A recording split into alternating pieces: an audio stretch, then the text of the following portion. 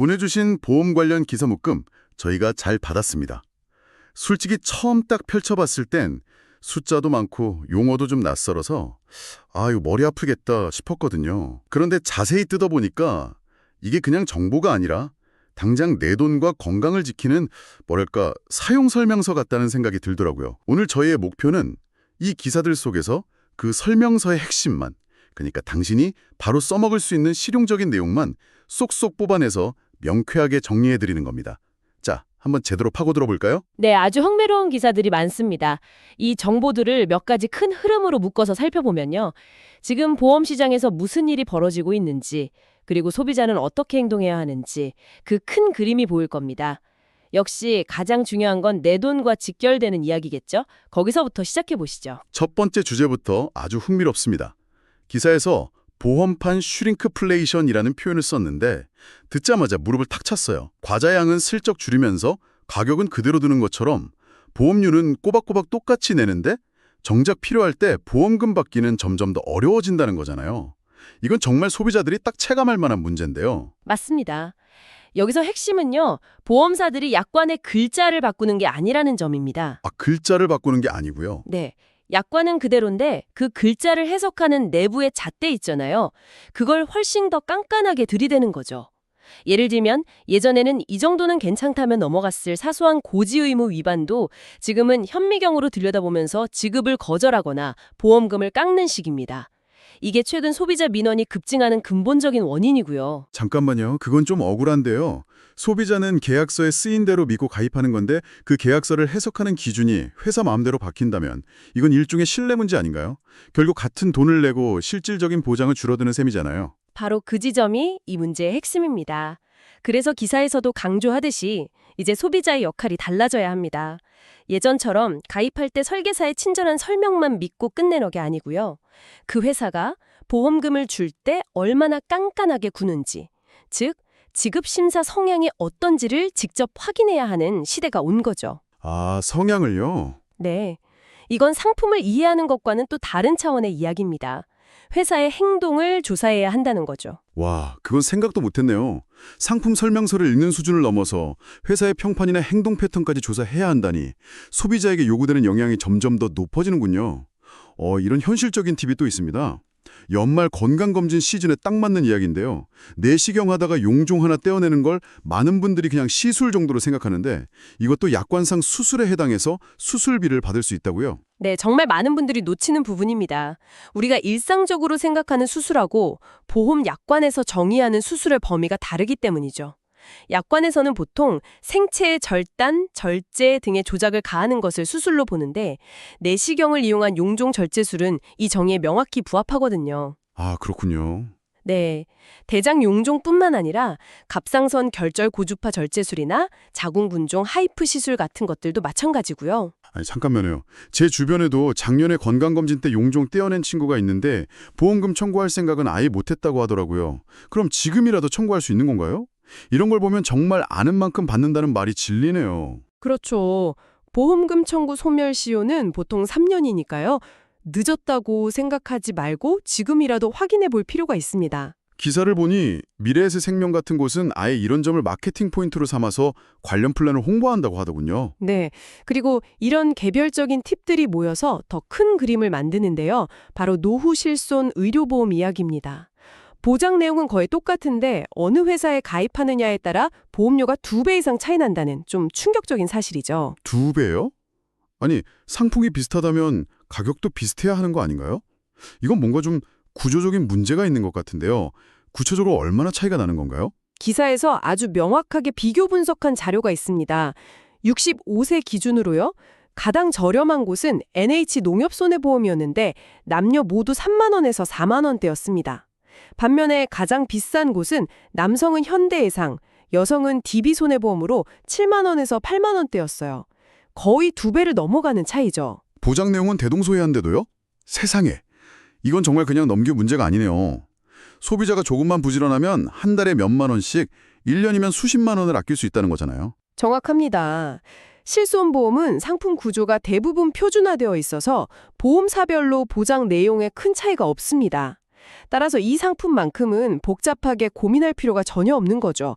그냥 보험료를 꼼꼼하게 비교해서 가장 저렴한 곳을 선택하는 것이 가장 합리적이고 현명한 소비라는 아주 명쾌한 결론이 나옵니다. 소비자가 스스로 정보를 찾고 비교해야 한다는 점이 다시 한번 강조되네요. 그런데 이렇게 소비자가 똑똑해지는 것만으로는 부족한 경우도 있는 것 같습니다. 아예 작정하고 소비자를 속이려는 그런 불법적인 행태들 말이죠.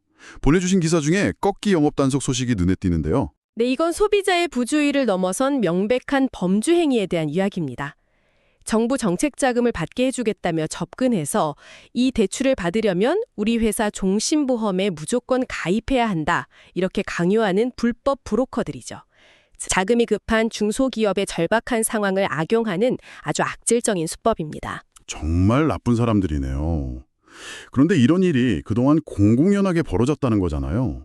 이번에 금융감독원과 중소벤처기업부가 함께 나섰다고 하는데 이번에는 정말 뿌리 뽑을 수 있을까요? 그럴 가능성이 높다고 봅니다. 두 기관이 함께 나섰다는 것 자체가 사안을 매우 심각하게 보고 있다는 증거이고요. 제재 수위가 이전과는 차원이 다릅니다. 적발 시 단순 과태료 정도가 아니라 아예 등록을 취소해버리고 사안에 따라서는 형사 고발까지 하겠다고 공언했습니다. 이건 시장에 보내는 아주 강력한 경고 메시지죠. 이런 회색지대의 불법 관행이 청산되는 중요한 계기가 될 겁니다. 그렇게 불법을 단속하는 채찍이 있다면 소비자들의 금융 이해력을 높여주는 당근 정책도 있더군요. 2026년부터 정부가 금융 과외 선생님이 되어준다는 기사도 흥미로웠습니다. 요람에서 무덤까지 생애 주기별로 맞춤형 금융교육을 제공한다는 거잖아요. 맞습니다. 이 정책은 금융 지식에 부족해서 피해보는 국민이 없도록 국가가 직접 챙기겠다. 이런 강력한 의지의 표현입니다. 중요한 건 그냥 강의식 교육이 아니라 각 연령대가 실제로 마주하는 문제에 대한 해결책을 제시한다는 점입니다. 청년층에게는 금융사기 예방법과 자산 형성 방법을, 중장년층에게는 현실적인 은퇴 준비 노하우를 알려주죠. 특히 고령층 대상 교육 내용이 인상 깊었습니다. 보이스피싱 예방은 당연히 들어가 있고 거기에 치매 대비를 위한 신탁 및 보험 활용법까지 포함되어 있더라고요. 이건 정말 우리 사회에 꼭 필요한 교육이라는 생각이 듭니다. 그렇죠. 이건 단순히 돈 관리 기술을 넘어서 존엄한 노후를 어떻게 준비할 것인가에 대한 국가적 고민이 담겨 있는 겁니다. 이런 긍정적인 변화와 함께 이번에는 보험사 내부에서 벌어지는 속사정을 한번 들여다볼 필요가 있습니다. 외부에서 보는 것과 전혀 다른 고민이 있거든요. 어떤 내용인가요? 바로 배당절벽 현상입니다. 쉽게 말해 장사는 잘해서 흑자를 냈는데 정작 주주들에게 돌려줄 배당금은 한 푼도 못 주는 회사가 속출하고 있다는 기사입니다. 상장보험사 여러 곳 중 무려 7곳이 2년 연속 무배당을 결정했을 정도입니다. 흑자가 났는데 배당을 못한다니. 그게 상식적으로 이해가 잘 안 되는데요. 돈을 벌었으면 주주들에게 나눠주는 게 당연한 것 아닌가요? IFRS 17이라는 새로운 회계 기준 때문이라고 하던데 이게 도대체 뭐길래 이런 상황이 벌어지는 거죠? 아주 좋은 질문입니다. 이걸 제가 식당 비유로 설명하면 좀 쉬울 것 같아요. 어떤 레스토랑이 상품권을 엄청나게 많이 팔아서 당장 현금이 넘쳐난다고 해보죠. 예전 회계 기준에서는 그 현금을 상당 부분 이익으로 잡을 수 있었어요. 하지만 새로운 IFRS 17 기준은 이렇게 말하는 겁니다. 그것 지금 당장 당신 돈이 아닙니다. 손님들이 나중에 상품권 들고 와서 음식을 잘라고 하면 다 내줘야 할 미래의 빚이에요. 그러니 그 돈 함부로 쓰지 말고 따로 금고에 잘 보관해 두세요. 아, 이해가 되네요. 보험 계약이 바로 그 상품권인 셈이군요. 지금 받은 보험료가 이익이 아니라 나중에 보험금으로 돌려줘야 할 일종의 부채로 잡히는 거군요. 그러니 장부상 이익이라도 그 돈을 배당으로 풀지 못하고 해약 환급금 준비금이라는 금고에 쌓아둬야 하는 거고요. 정확합니다. 그 구조적 딜레마에 빠진 겁니다. 그런데 여기서 더 흥미로운 지점이 있습니다. 이런 어려운 상황 속에서도 삼성생명, 삼성화재, DB손해보험 같은 대형사들은 꾸준히 배당을 했다는 사실입니다. 잠깐만요. 그럼 그 회사들은 그 금고를 채우고도 남을 만큼 현금이 많다는 뜻인가요? 이건 단순히 주주 친화 정책을 넘어서는 의미가 있겠는데요? 바로 그겁니다. 이건 해당 회사들의 자본력이 다른 회사들과는 비교할 수 없을 정도로 탄탄하다는 아주 명확한 증거가 됩니다. 미래의 불확실성에 대비할 체력이 충분하다는 걸 시장에 보여주는 거죠. 소비자 입장에서도 내 보험금을 안정적으로 지급할 여력이 있는 회사를 판단하는 중요한 지표로 삼을 수 있습니다. 와, 배당 여부 하나로 회사의 재무 건전성까지 엿볼 수 있다니 정말 흥미롭네요. 이렇게 기업이 미래를 대비하는 문제가 있는가 하면 개인의 미래, 특히 자산 이전 문제로 골머리를 앓는 가정도 많더군요. 부모와 자식이 상속을 두고 동상이몽을 꾸고 있다는 기사도 눈에 띄었습니다. 네, 한화생명에서 자산가들을 대상으로 조사한 아주 현실적인 결과입니다. 갈등의 핵심이 세대별로 명확히 달랐어요. 자녀 세대인 30에서 40대는 그래서 내가 얼마나 받을 수 있는데, 즉 분배 비율에 가장 관심이 많았습니다. 반면 부모 세대인 60에서 70대는 이 재산을 언제 물려줘야 하나 하는 이전 시기를 가장 깊이 고민하고 있었죠. 서로 궁금해하는 지점이 완전히 다르니 대화가 제대로 될 리가 없겠네요. 마치 가족 드라마에서 20년 동안 아무도 거실에 있는 코끼리에 대해 말하지 않다가 결국 폭발하는 장면이 떠오르네요.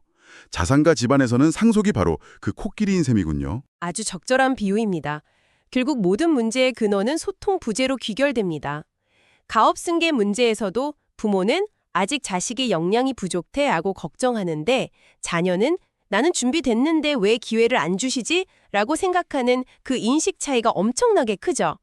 원활한 자산 이전을 위해서는 돈과 상속에 대해 솔직하게 대화하는 문화가 먼저 만들어져야 한다는 점을 명확히 보여줍니다. 결국 모든 관계의 기본은 소통이네요.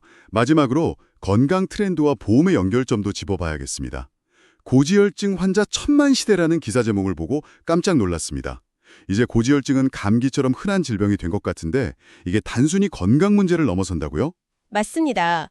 고지혈증 같은 만성질환의 진짜 무서움은 그 자체보다 합병증에 있습니다. 방치하면 심근경색, 뇌졸중 같은 치명적인 심내혈관 질환으로 이어질 수 있거든요. 즉, 지금의 고지혈증 진단은 미래에 터질지 모르는 의료비 폭탄의 안전핀을 뽑은 것과 같을 수 있다는 의미입니다. 건강 문제가 바로 경제적 리스크로 직결되는 거군요.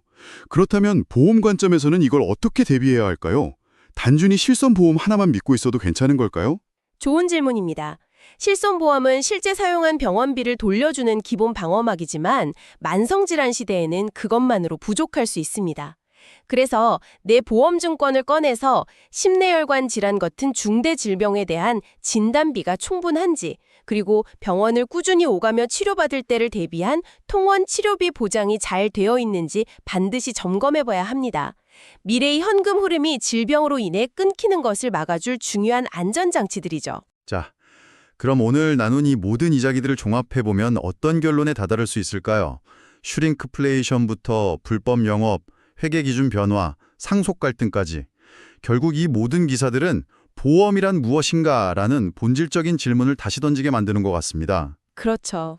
많은 재무 전문가들이 공통적으로 하는 말이 있습니다. 보험을 단순 비용이나 투자 상품으로 착각해서는 안 된다는 겁니다. 튼튼한 집을 지을 때 가장 먼저 땅부터 단단하게 다지는 것처럼 보험은 우리 가정의 재정이 무너지지 않도록 받쳐주는 가장 기초적인 안전망입니다. 돈을 불리는 공격수단이 아니라 모든 것을 잃지 않게 지켜주는 최후의 방어수단이라는 본질을 기억해야 합니다. 결국 오늘 우리가 나눈 모든 팁과 정보들은 그 방어 수단을 더 효과적으로 사용하기 위한 전략인 셈이네요. 보험사의 꼼수에 넘어가지 않고 숨어있는 내 권리를 찾아내고 제도의 병화에 발맞춰서 나의 안전망을 계속 업그레이드하는 건 말이죠. 맞습니다. 그래서 오늘 나눈 모든 논의를 하나의 문장으로 요약한다면 저는 이렇게 말하고 싶습니다. 보험은 더 이상 가입하고 잊어버리는 상품이 아니다. 오늘날 소비자에게 가장 강력한 무기는 바로 지속적인 관심과 점검, 즉 적극적인 경계입니다. 보험사의 슈링크플레이션, 복잡한 가격 구조, 교묘한 영업 행태 앞에서 나의 안전망을 지킬 수 있는 건 결국 소비자 자신의 주체적인 노력뿐이라는 게 이 기사들이 주는 가장 중요한 통찰입니다. 정말 명쾌한 정리네요. 오늘 보내주신 기사들을 통해 우리는 보험금을 제대로 받기 위한 구체적인 팁부터 변화하는 제도와 업계의 흐름, 그리고 보험의 본질까지 깊게 들여다봤습니다. 결국 핵심은 똑똑하고 주체적인 소비자가 되는 것, 그리고 나의 안전망을 스스로 계속 관리해야 한다는 것이군요. 네, 오늘 우리는 보험사와 정부, 그리고 시장이 어떻게 변하는지 살펴봤습니다. 이제 마지막 질문은 당신에게 달려 있습니다. 지난 5년간 당신의 삶에서 가장 지키고 싶어진 것은 무엇이며 당신이 마주한 위험의 정의는 어떻게 바뀌었나요? 오늘 나눈 이야기를 바탕으로 당신만의 안전망을 다시 한번 점검해 볼 최적의 시점이 아닐까 싶습니다.